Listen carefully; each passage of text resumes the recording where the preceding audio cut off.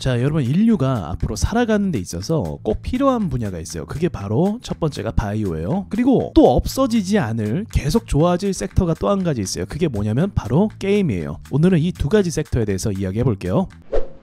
항상 라이브 방송하면 매주마다 질문을 똑같은 걸 받아요. 그게 바로 바이오 게임 언제 갈까요? 라는 질문이에요. 그러면 저는 사실 여기에 대해서 항상 똑같은 답변을 드려요. 미국의 금리가 지금 굉장히 고금리이기 때문에 이 금리가 내려가야 된다라고 말씀을 드리는 거죠. 왜냐면 이유는 간단해요. 금리가 높으면 돈들이 어디로 투입되겠어요? 금리가 높기 때문에 부실한 기업들은 부도가 날 수 있단 말이죠. 최근에 그렇지 않아도 몇 개의 은행사들이 부도가 났고 우리나라도 건설사들이 굉장히 많이 부도가 났어요. 그러니까 금리가 높으면 돈을 빌리는 것이 쉽지 않기 때문에 자금 여력이 어려운 투자를 기반으로 성장해야 되는 회사들은 자칫 회사가 무너지거나 힘들어질 수 있어요. 그렇기 때문에 금리가 높으면 안전한 자산에 투자를 하게 됩니다. 그게 대표적인 게 채권이죠. 그리고 또 어떤 흐름으로 이어졌나요? 실적이 보장된 회사로 돈들이 또 투입되기 시작합니다. 그러니까 현금 여력이 충분해서 뭐 딱히 금리의 영향을 받지 않는 그런 회사들로 돈들이 흘러간단 말이죠. 그리고 이 돈들은 외국인들의 돈을 의미합니다. 국내의 투자자들이 아무리 뭔가를 투자해도 그 섹터가 올라가진 않아요. 전 세계에 있는 다양한 외국인들이 투자를 해줘야 올라갈 수 있어요. 자, 그래서 제가 말씀드리는 게 프레임이거든요. 웃긴 게 뭐냐면 사실 우리나라 바이오 회사들이요, 물론 이제 재무 상황이 좋지 않고 현금 흐름이 좋지 않은 회사도 분명히 있어요. 그런데 많은 회사는 또 현금 흐름이나 매출이나 이런 것들이 굉장히 양호한 회사도 많습니다. 그럼 바이오만 그렇습니까? 아니에요. 게임도 대형 회사들 같은 경우는 매출이 탄탄해서 계속적으로 매출이 올라가는 회사도 있어요.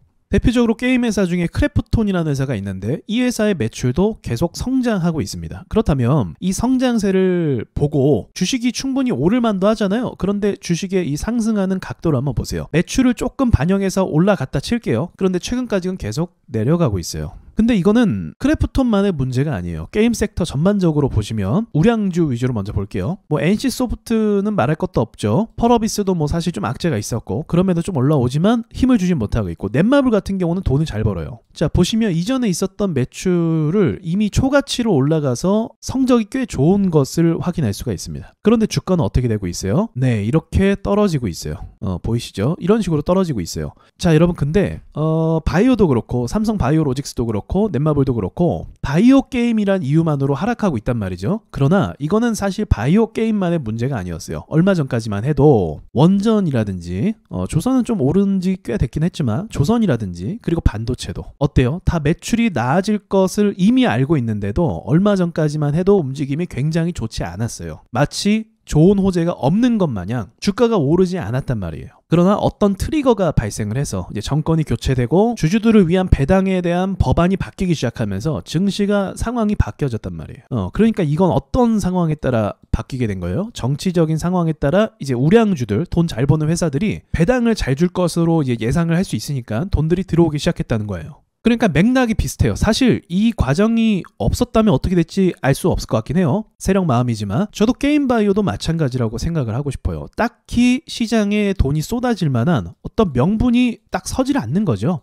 그러니까 현실과 세력들이 투자하려고 하는 세력들의 돈들이 들어오는 과정은 다르다는 거예요. 우리들의 상식과는 좀 많이 다르다는 거죠. 그래서 제가 계속 반복해서 말씀드리는 게 금리가 미국 금리 말하는 거예요. 이렇게 내려가야 채권에서 돈들이 좀 흩어질 수가 있는 거고 이 돈들이 위험 자산에도 투자할 만한 가치가 생기는 겁니다. 지금 미국이 금리를 내리기 시작했지만 아직도 고금리예요. 아직도 4%예요. 엄청 높아요, 4%면. 그래서 이것을 빨리 내리기 시작하는 게 중요한 거고, 이게 내리고 나서 이제 중소형주뿐만이 아니죠. 방금 전에 넷마블이나 섹터로 이야기했죠. 바이오 게임이라든지 그 외의 섹터들이 올라갈 가능성이 열린다는 거죠. 금리가 제가 봐도 정말 미국이 고금리를 너무 긴 시간 동안 유지를 했어요. 이건 작정을 한 거예요. 뭘 작정했냐면 금리가 항상 높으면 돈이 없는 회사나 돈이 없는 개인들은 굉장히 불리해집니다, 여러분. 그래서 본인들이 갖고 있는 자산을 처분할 수밖에 없어요. 현찰이 없으니까. 어디 돈을 빌릴 데가 없으니까. 금리가 너무 높으니까. 그러면 기존에 현찰이 많이 있는 기업인들이나 부자들은 이 상황이 매우 좋은 기회가 되는 거예요.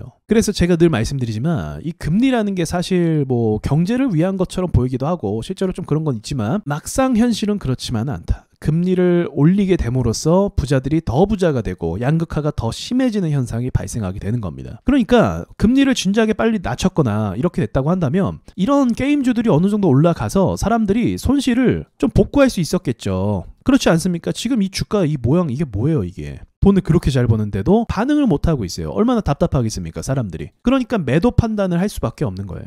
자, 이해가 되시죠? 지금 뭐 관세 때문에 인플레이션이 발생하기 때문에 금리를 뭐 내려서 안 된다 이런 주장하는 분들도 있긴 있어요. 근데 그거는 뭐가 옳다라고 얘기하기는 참 어려워요. 왜냐면 지금 금리 때문에 고통받는 사람들도 굉장히 많고 이것 때문에 중상층이 삭제되고 있는 상황이라서 중상층이 무너지면 어떻게 되겠어요?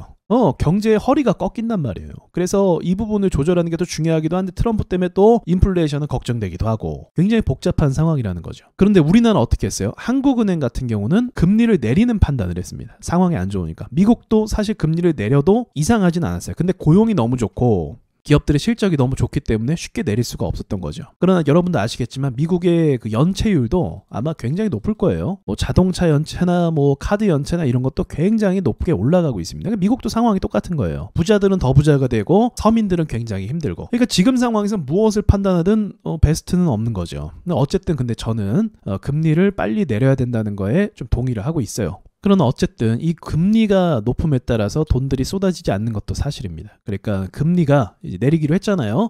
올해 2번 내린다고 했는데 이거 내릴 때 이제 반응을 봐야 돼요. 제가 봤을 때 제가 죽일 만큼 죽였어요. 아무튼 마지막으로 말씀드릴 건 금리 좀 내리고 보자.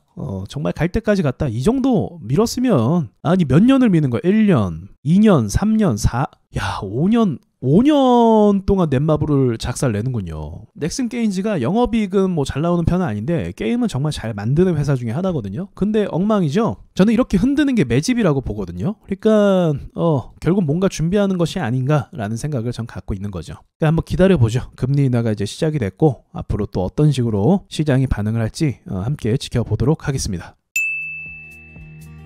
네, 안녕하세요. 강의 공지하겠습니다. 이번에 돌아오는 10월 26일 일요일이거든요. 일요일 저녁 8시에 라이브로 강의를 진행하도록 하겠습니다. 이번 주에 쓸 강의 주제는 파동 강의예요. 쉽게 말하면 2파동이 높은 확률로 나오는 1파동을 찾는 방법. 그러니까 지금 시장이 기회를 준단 말이죠. 그러니까 여기서 우리가 돈을 벌어야 되는데 그럼 어떤 식으로 우리가 접근을 해야 되냐면 2차 파동을 노려야 됩니다. 이미 1차 파동은 나왔습니다. 여러분도 보셨겠지만 강력한 상승이 나왔죠. 그런데 어떤 종목은 그게 고점일 수도 있어요. 그쵸? 고점이라서 깊게 조정을 받아서 파동이 안 나올 수도 있고 어떤 종목은 제가 말한 그대로 1차 파동 이후에 2차 파동이 크게 나올 수도 있어요. 그래서 이걸 구분하는 방법을 여러분이 배워야 된다고 전 생각을 하거든요. 기본적으로 이번 강의는 초보자분들도 적합하고 그리고 중수 이상의 분들도 적합합니다. 그래서 배우시고 나면 좀 차분하게 주식 투자를 하실 수 있을 거고요. 막 이상한 종목 사서 뭐 헛발질하는 그런 매매를 좀 줄일 수 있을 것 같아요. 무엇보다 지금 시장이 기회를 주고 있는 거거든요. 이 기회를 잡으려면 나름대로의 기준이 있어야 됩니다. 상승장이라고 해서 다 돈 버는 건 아니거든요. 자, 관심 있는 분들 많이 참여 부탁드리고요. 참여 방법은 아래에 댓글 링크를 확인하시면 좋겠습니다. 이상 마치겠습니다.